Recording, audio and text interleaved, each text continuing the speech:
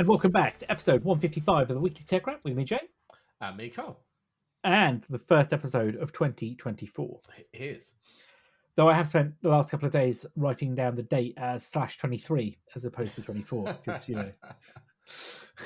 it just old habits die hard. Oh, well, we are back, and as promised, our first proper show of the year. And this week, it's all about AI. Yep. Definitely all about AI. AI, crypto, and a camera. Yeah, some more right? AI. Oh, yeah. Some more AI, yeah. That'll be in the camera, I'm sure. I'm sure it will be.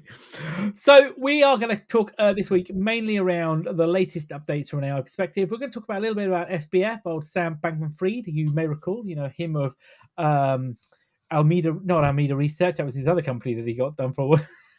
Well, he was part of that, but he was FTX, I should say. Yeah, that's the one. We're also going to talk CES, as promised, some of the previews of what's coming up, as well as the Tech Wrap Rumor. And this week, actually, half the show is Tech Wrap Rumor Mill, isn't it, really, this week? There's a large bit. Obviously, CES kicks off today, but obviously a lot of stuff won't be announced till next week. So we've got some rumours and ideas of what's going to be announced.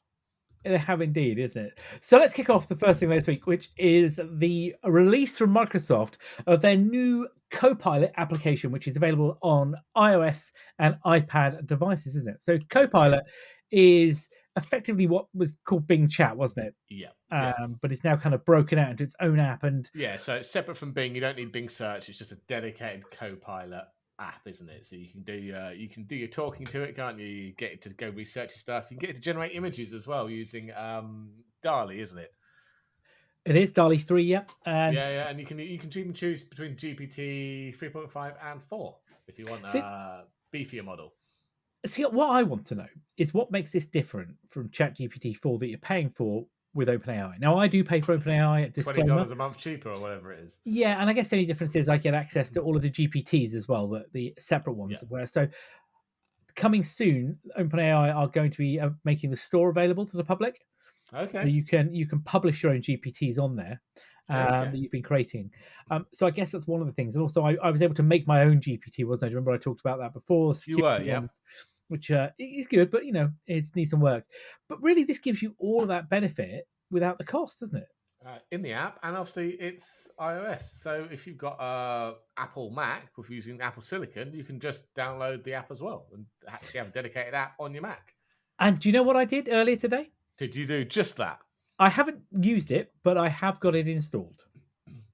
So the benefits of the Apple ecosystem with the same silicon all around. It is. Now, what I will say is there's a caveat to that, is that not all apps are optimized for the Mac experience. Now this one isn't too bad. It does look slightly bigger. It's designed obviously for touch input. So the opens up on your screen. Being at Microsoft though is a bit more. It isn't like some of the apps that jumps up and it's like, oh my god, what the hell is this? It looks like it was Fisher Price made. It is a little bit more optimized in the sense of text, but it is still quite a lot of screen. What it looks like is it gives you some ideas to get started. Give me a joke that's funny, create a table that compares shoes, blah, blah, blah.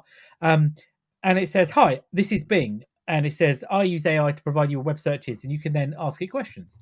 So it's pretty good. You don't have to sign in, though, interestingly, to use it. No, you don't. Oh, yes, I've got mine. I had a quick look, but no, it probably signed me in automatically because I have the other Microsoft apps thinking about it on my phone that are already signed in. So it might well have done.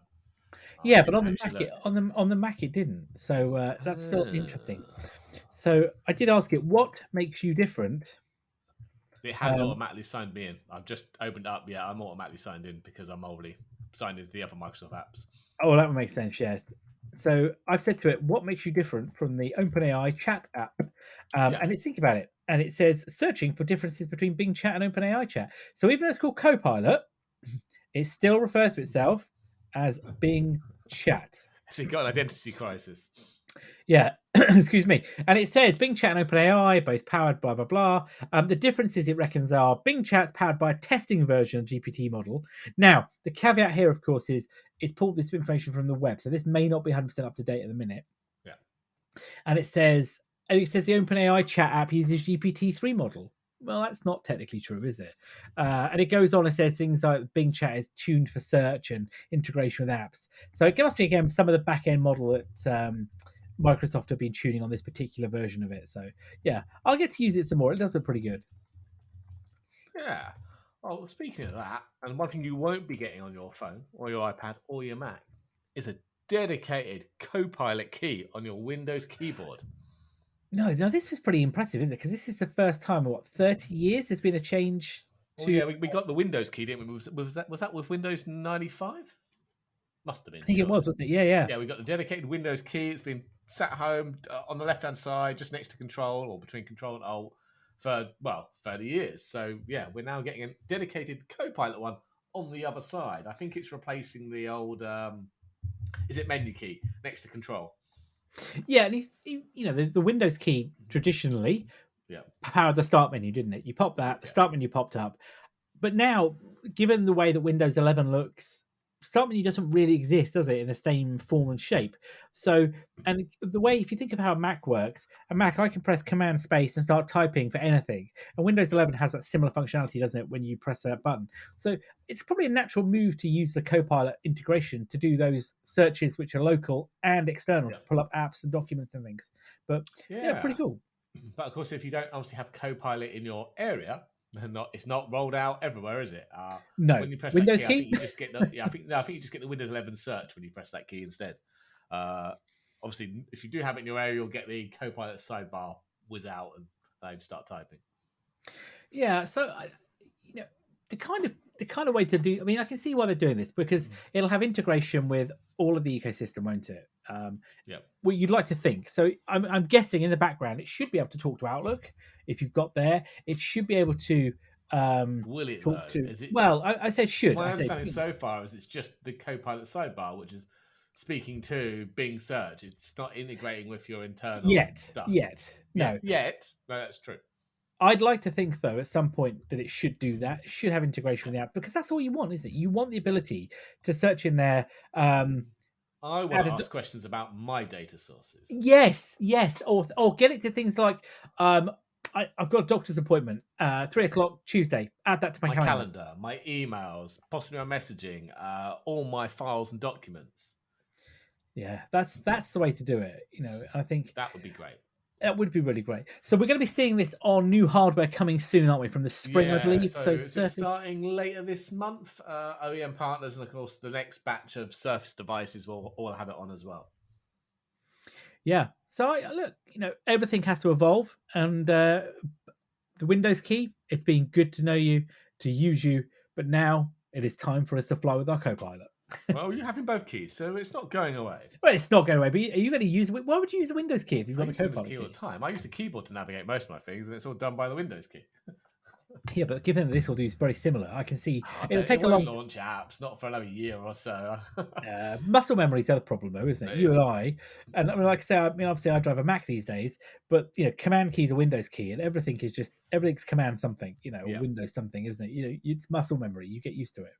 Yep, So. indeed. Oh, right. Next up, someone not happy with AI. The New York Times is suing OpenAI and Microsoft for copyright infringement, aren't they? Claiming They are their indeed. AI models were trained using millions of New York Times articles without permission. Yeah, and they argue Yeah, they're arguing that this is threatening, according to them, high quality journalism, isn't it? In their yeah, outputs. it is.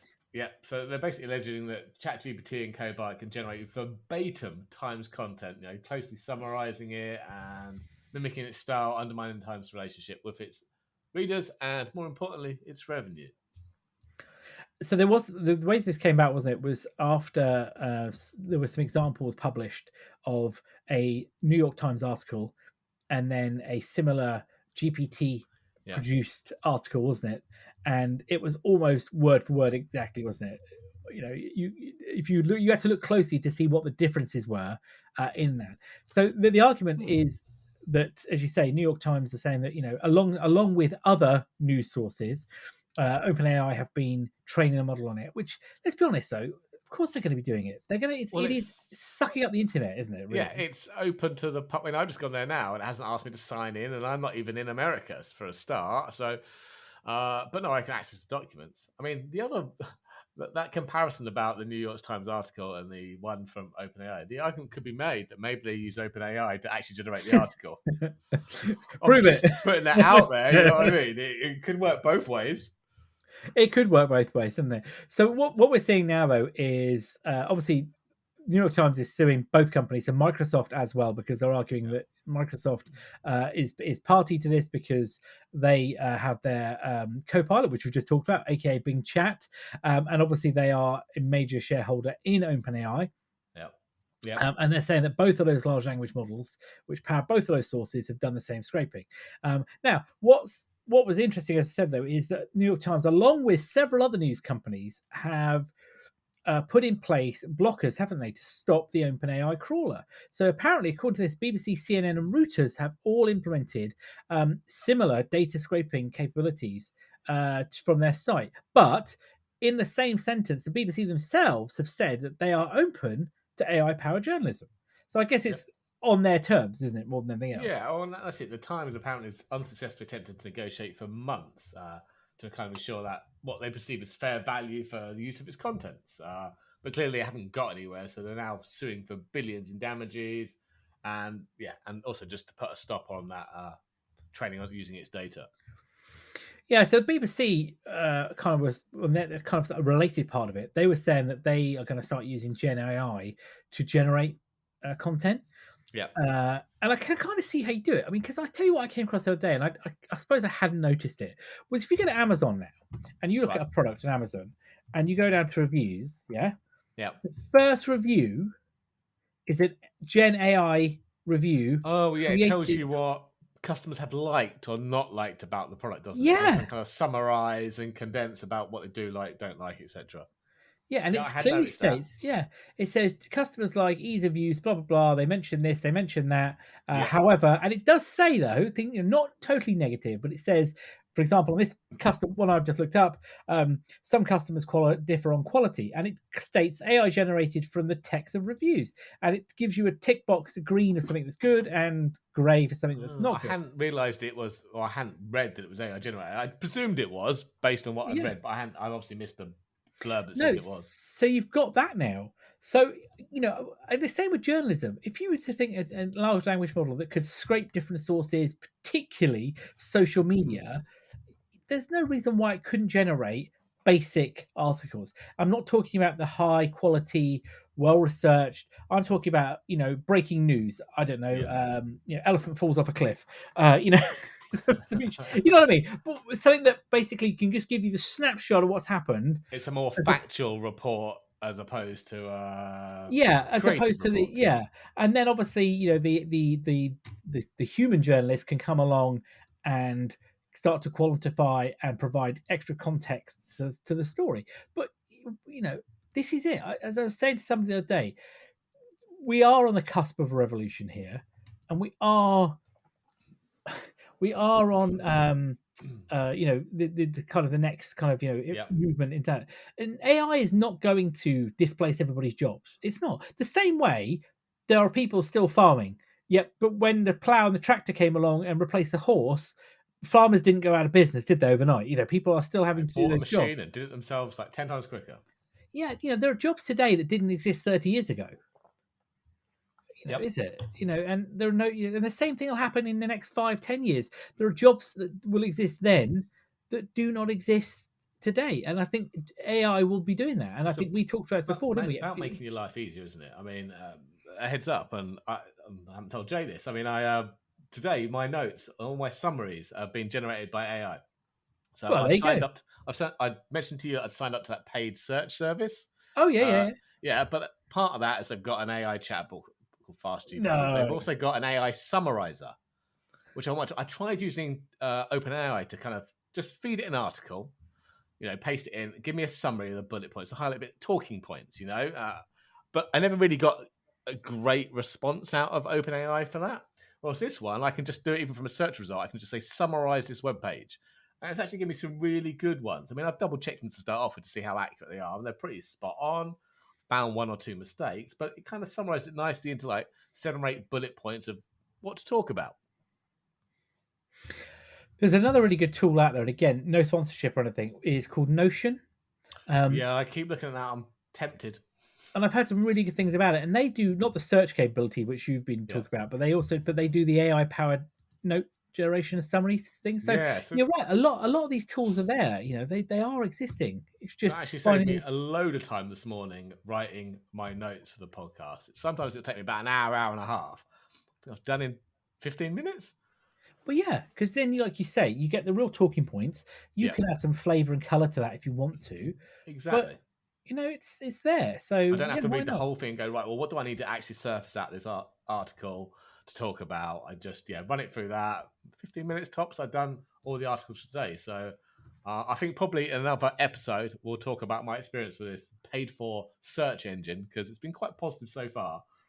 So maybe we'll do a 5 minutes on that. No, I'd be interested to hear how you're getting on with that. I mean, I know it's early days, like you say, but I suspect I'll be paying again next month. I've been really impressed so far. no, interesting. I would say, what we talked about the other day offline, Yeah. it'd be good to know. I was going to say about the AI summary tools. I mean, yeah, why not use them? They're exactly there. That's why would you not want to leverage? Um, you know, Yeah, a tool just for making my life easier and quicker. yeah, exactly. I'm all for it. You know my views on a ChatGPT and other tools. Yeah. It is the way forward. And I was going to say something about the summarization, but oh no, that was it. Talking of AI articles, you remember I've been saying I sent you a couple of them already. Those ones that Yes. keep popping up in Google that Oh seem yeah. to be written. So this is particular. I'm not going to name the site, but they keep popping up in my Google feed, don't they? And it's Mm. by and they appear to be completely AI generated articles, don't they? But on like particularly, I've obviously searched for like model aeroplanes or scale modeling. Yeah. They're weird articles. It's kind of like that uncanny valley kind of effect. You know something's wrong, but can't quite put your finger on it.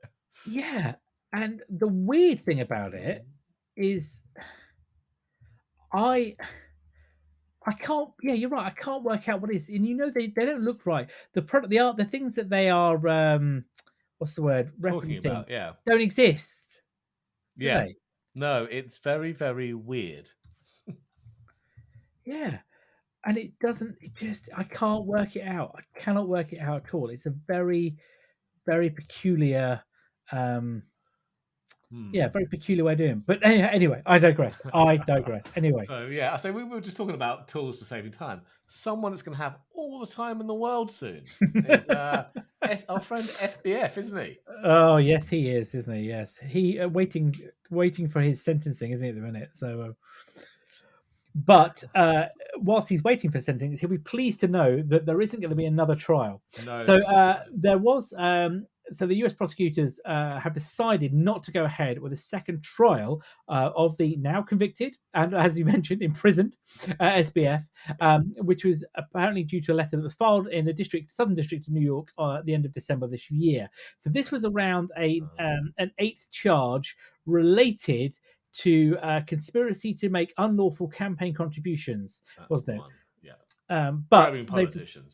basically, yeah, the long Yeah, and short of it. However, they've decided that the fact of it would take too long to go through with the process, and there would also be apparently with some negotiation, wouldn't there, around the terms of yeah, his extradition from the Bahamas. They've decided not to go ahead with it. So yeah. I'm sure Exactly. he'll be very happy about that. He will. I mean, because they're looking to do the actual sentencing in March this year, aren't they? They So, are, yeah, yeah. I mean, he's already found guilty of 7 convictions, didn't he? Including securities fraud, money laundering, which all carry a maximum sentence of 110 years. So, there's no need to add one more to that, is there? So, they just kind of viewed that going down this route would take even longer to get to the actual sentencing conviction part of it. So, yeah, we'll find out in March how long a prison he gets. I believe he's also going to have to kind of do forfeiture, isn't he, and restitution for victims of his crimes. So yeah. we'll see what the judge comes down with on that. I don't. I mean, I think he's going away for a long time. I mean, don't be But I saying don't 110 years, but he's going away for a little while. I would say he's 30, going. 40. Yeah, I was going to say he's going to be. They're going to want to make an example of him, but I Say can't see 40 him. years and out in 20 for good behaviour. Probably, yeah. I mean, what's he in his 30s? So it's more than likely that it's possible of a Plus a lot of sentencing. money to pay back. But where's he going to get the money from? Well, it's all hidden in the Bahamas, isn't it? What, in a hole? Probably as good a place as any. It was safer than cryptocurrency. I tell you what, though, is interesting, which recently has come to light, is that Almeida Research also led or him particularly, Bankman-Fried, led the Series B funding for Anthropic, who are the main competitor Oh, for yeah, maybe OpenAI. saying. So there was a $580 million Series B funding round for Anthropic, and he led the go there. And apparently, he had been pumping a lot of money into AI. They apparently pledged his FTX Future Fund, a philanthropic Yep. institution that he backed, pledged 160 million to causes that included AI research. Sorry, AI safety research. Now they had pledged to give away $1 billion. Now, ask yourself where that's come from. Yeah. But they did provide funding into Anthropic. So, talk about close to the nail here on what we're talking I about know. with AI. Indeed. Yeah, yeah. It is a very close knit community, isn't it? Don't you think? Yeah, it is. So FBF then will be very pleased. He won't be getting additional sentencing, but yeah, we won't be seeing him anytime soon. But once we get the information on the sentencing, we'll come back and update you on that story. So then, this week, as you mentioned, is CES, Yeah, which is the kicks off consumer. this morning. Or It is. Yep, this afternoon our time. This morning US time. Yeah, and isn't it the public? Isn't it public from the 9th or something? Isn't it next Yeah, week? You open Monday is it to public? Yeah, yeah. So this is the Consumer Electronics Show, which is held in Las Vegas, of all of places, course, in the of Las course. Vegas Convention Center. And you know, last year was the first. Well, last couple. Well, 22 was a quiet year, but last year was a proper big post-COVID year, wasn't it? It was, After yeah. the slow start. So again, unsurprisingly, AI is going to be the topic of probably everybody. And if you haven't got AI in your marketing pitch, you're probably Go doing it home. wrong this year. Yeah, Go home. There's no point turning up. But yeah, there you're was right. It probably no is point turn up. AI. And if it's not AI, it's related to AI. So I mean, we've even got. I think that some of the first rumors are that Nvidia is going to be announcing their super variants of the RTX 40 series, aren't they? So 4070 Ti Super, 4070 Super, all that kind of stuff. But again, very good at processing AI. What else we got? Intel going to showcase new Meteor Lake chips and laptops at CES with built-in AI chip capabilities. What else? So AMD. I know we spoke about it before. They released their FSR 3, didn't they? They There's going to did, be yeah. new versions of that coming out with better AI upscaling. They're releasing a new Hawk Point laptop chip again with its own AI chip on board. So it's just all in on that, isn't it? It will be, and we'll get inside that the usual mix of health Yeah. applications and hardware. There'll probably be a lot around the mobility piece as well. So connected cars, probably any electric car updates as well. Now, typically. There have been in the past large manufacturers turn up. Now, this year we're not entirely sure, but it is probably more than likely that one or two of the big manufacturers will turn up with the latest prototypes, again, in conjunction with probably one of the chip makers. Sometimes Qualcomm, Intel have done that in the Yes, past as well, haven't Qualcomm's they? the one So, I'm looking forward to. So apparently they're going to be demonstrating their new Snapdragon X Elite, which is the M123 whatever version competitor. So it's ARM for x86 chips or desktop. so this is the year of the ARM desktop, then, yeah? It is, but also, and this is the one I picked up literally an hour before the show. So I apologize, I haven't put it in the notes. They're also going to be announcing their XR2 Plus chip for VR headsets, which is apparently a Okay. major upgrade aimed at competing with Vision Pro. And the first headset user that's going to be announced on Monday. Ooh, sounds interesting. So I'll be interested. Yeah, well, hopefully we'll get a bit more information on that and talk about it in next week's show. But I mean, yes, it's going to be a high-end chip, but I think quite a lot of the Vision Pro is also the software. So we'll see what a competitor does there. Well, this is the thing, isn't it? That you're right. The whole experience isn't just the headset, is it? It's going to be for Vision Pros, as we've talked about before. It's about what it brings to the ecosystem, and particularly for Apple, it's about having that experience of the apps that you get on the phone and you get on the iPad, isn't it? And or if you're working on a Mac, the ability to have your desktop extended, isn't it, to the Mac? So yeah, I'm not. I don't know. I think they've got to go a bit further here, haven't they? Than I think the just extending the desktop, that's an easy thing to do. You can do that. I can do that with Quest 2 now in Windows. It's not really a problem. I don't have AR, obviously. I'm purely VR being a Quest 2, but for Quest 3 with AR, I think you can do the same there. Whether it's as good as Apple's, I don't know. No one really knows because it's not released yet, but hopefully next month. well, this is it. We're still waiting from that point, aren't we, for the release of that? Yep. But yeah, I mean, the other thing we'll see at CES, as we always do, again, is a lot of home stuff. As it, clues in the name of consumer electronics, there'll be a lot of things around, probably AI powered fridges.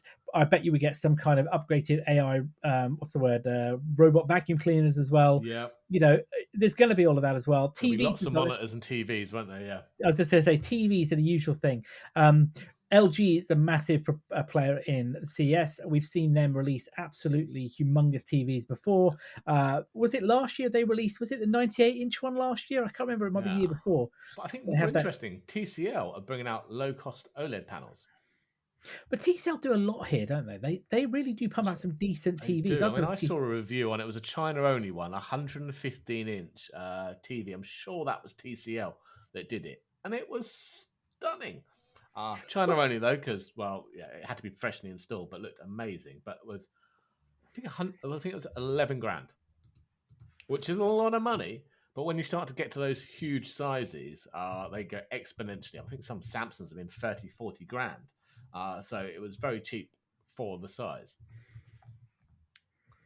That's not what I thought. I mean, I say TCL makes some good screens. I've got one in our dining room. It's not the family TV. It's the family TV, if that makes sense. Yes.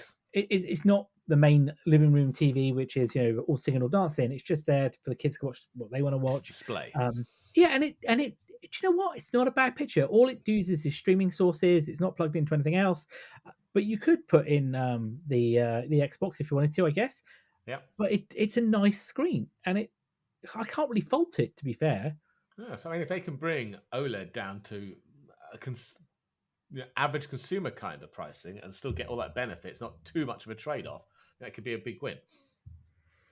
So there is who's the other one? Hisense. They kind of budget TVs. I bought several of those recently for the kids' bedrooms. You have.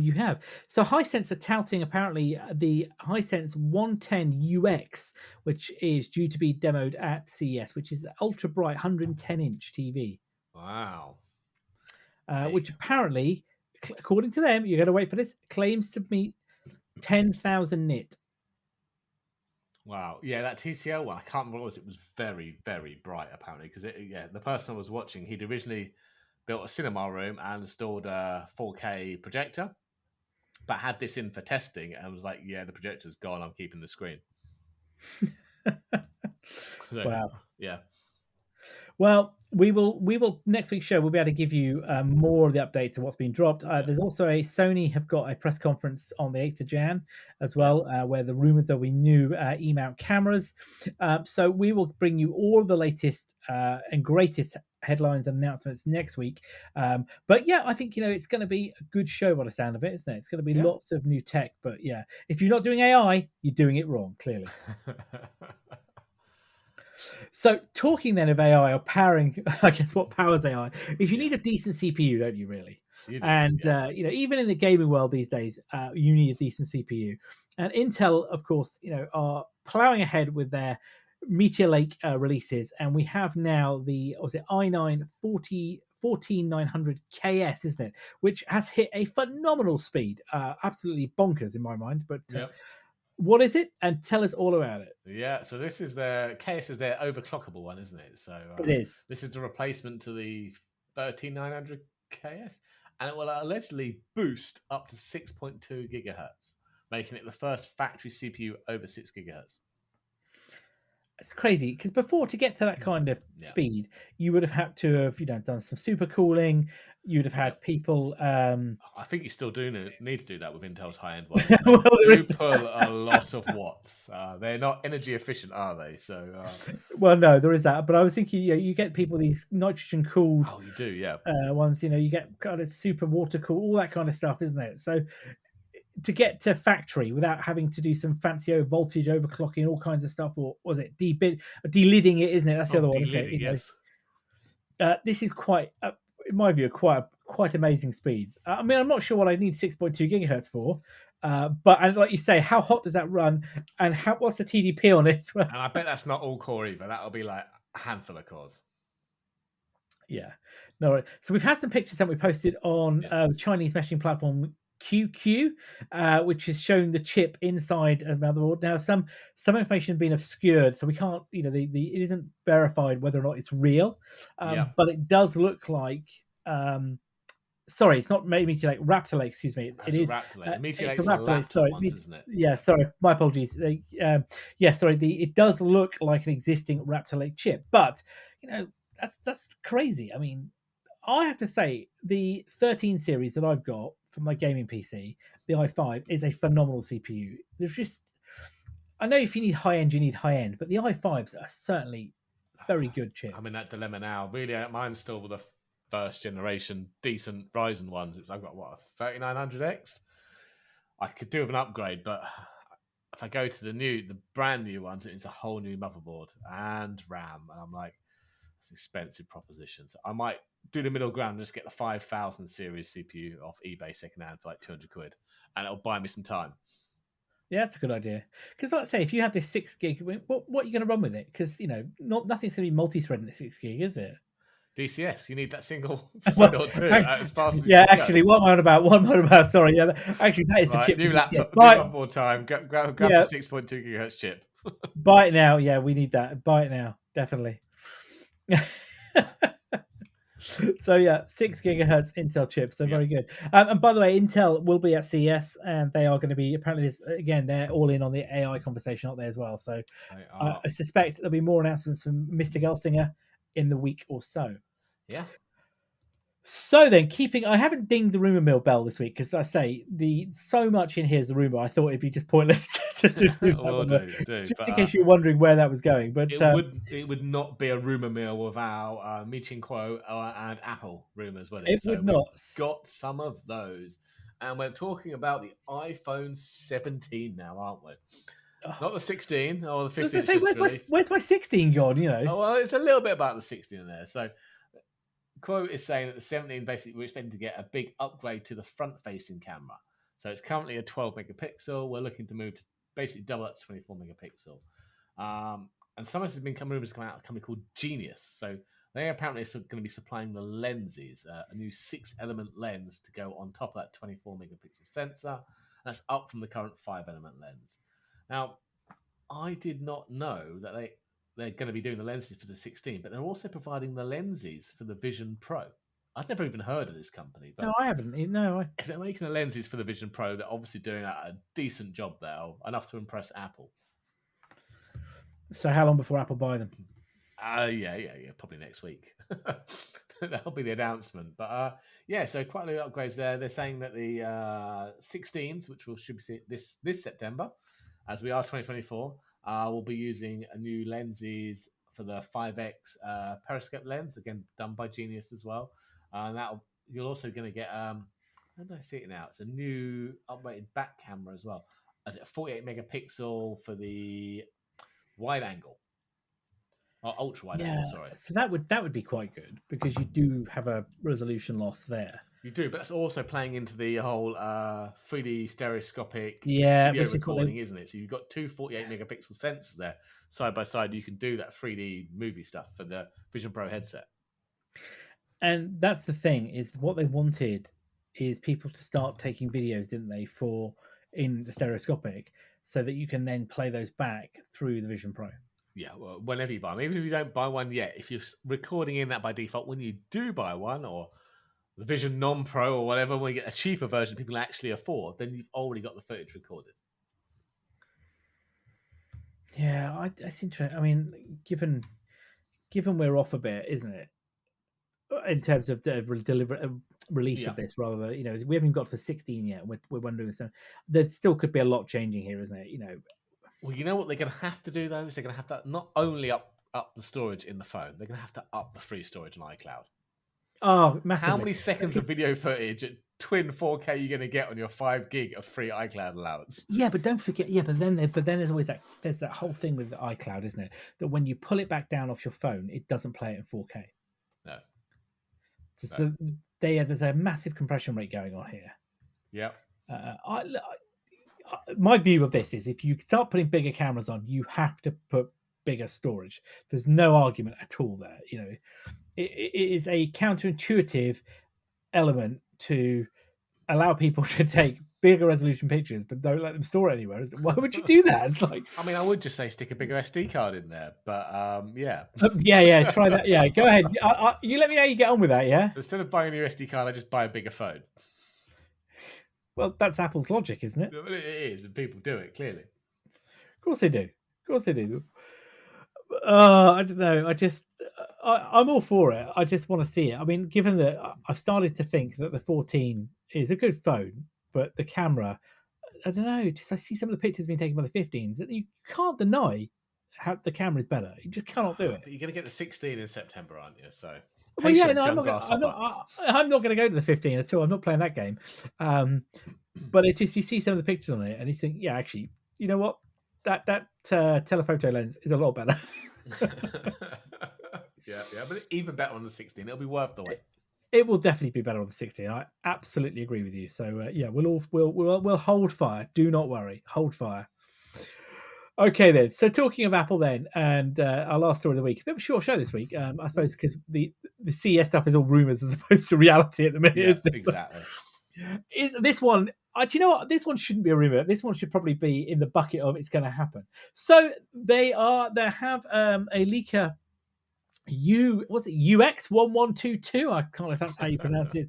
Although it has said that apparently, according to their sources, Apple will release information on a Siri with, I've said it, sorry, she who should not be mentioned, Gen AI capabilities at this year's WWDC. Now, there have been rumors that Apple have been working on a Gen AI version of Siri, haven't they, for some time? Yep. Internally, they've got their own models, according to some other leakers and more reputable sources. And if you, given the experience we have with She Who Should Not Be Mentioned versus the competitive programs, quite frankly, Apple have got a lot of catching up to do here, and Gen AI would be the right way to roll with it. I mean, the example I said to you earlier, before we started recording, was my kids were talking to me this morning, and they were saying, "Dad, we're doing the Chinese zodiac at school. What year is your year of birth? What animal were you?" And I couldn't remember, Nope. So I thought, I'll ask you, should not be mentioned, who promptly popped up the information advert on my phone. Didn't talk to me, put it on my phone. Yeah, if I'd have gone to the one from the bookseller man, shopping company, yep. Yeah, and I'd have asked her, she'd have spat it out straight away. Yeah, exactly. Yeah, there are certain places where I just get frustrated with Siri. It's she just gets relegated to the car now. Though yes, it's the only place. I have got the shopping book based one in the car too, so I could use that. And I've got a BMW one. I've got all of them in the car apparently. Does that buy you books as you're driving along? Yeah. I heard you wanted to buy this. No, stop. No, stop. No. So I could use that, but I mean, I use the Apple one because it's usually I say that give me directions somewhere, or I call my wife or my son or my daughter, etc. So they're all intrinsically tied to the contacts on my phone. See, I have to say, I'm exactly the same. She Should Not Be Mentioned is used by me majority in the car only because it's safe to do so, and it makes life easier. My kids use it with their HomePods quite a lot. She Should Not Be Mentioned, play Taylor Swift, play whatever, play this, play that. By the way, an endorsement does not mean no. My son wanted one for Christmas. Oh, was it Christmas? Was his birthday? I can't. Recently, he got one, and I do have the book-based one. He got the mini in the house, so he got a mini. So we removed the book-based one, and I quite often hear him shouting it, repeating again and again the same thing. I don't have to do it that often on the book-based one, but no, because She Should Not Be Mentioned. Play, I don't know, so and so play pop songs. You'd like Pink Socks? No, I don't want Pink. The worst one is though, because I use the voice assistants with Home Assistant for home automation. Yes. Turn on the lights, dim them, whatever, up the volume. You want a dim sum? Of course, it's not dim sum. It's not so easy in the Apple ecosystem there, because if it's not in HomeKit, it doesn't exist apparently. So he has built, is it Homebridge? He's got Homebridge running on a Raspberry Pi to kind of interface with the lights, and it's not great. I'm going to be honest. It just is, it just needs to work. And I'd love to be able to, and I know I've said this before, I'd love to be able to ask, you know, tell me what time my appointments are today. What time is my doctor's appointment? Or create me a quick shopping list. I need these 10 things. But it doesn't work that simply, does it? It just doesn't. No. We're not that far off it. And I think with tools like ChatGPT, Copilot, etc., we are much closer to that. I don't want to say utopia assistant because we've often said but we're going to be closer to that assistant that actually allows you to do the things you want to do. Yeah. I mean, the one that always bugged me, and it has been fixed now, is the fact you can never set multiple timers from No.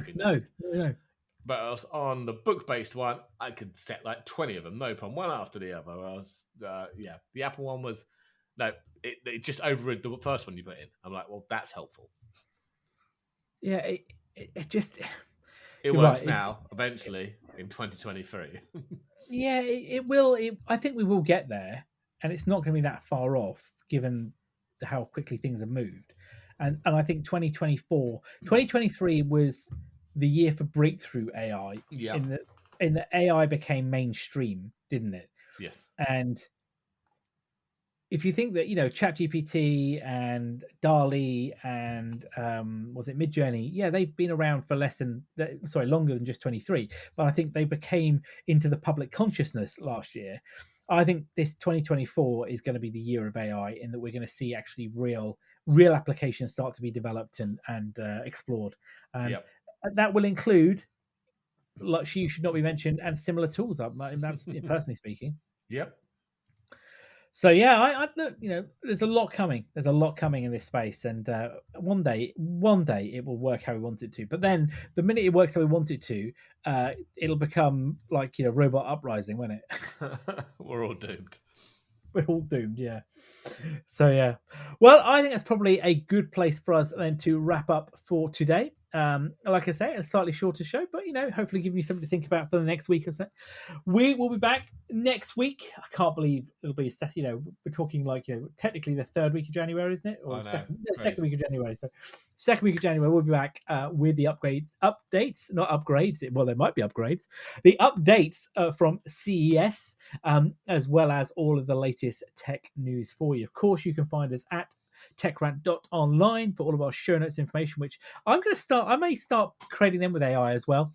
And you can find us on Twitter. No, it's not really X, at Weekly Tech Rant, where all of the links are there as well. So if you like the show, please share with your friends. Tell them about it. Leave us a comment if you don't like something. And of course, you can find us on all of the major platforms where you get your podcasts. So with that, I've been Jay. I've been Carl. Have a good one all.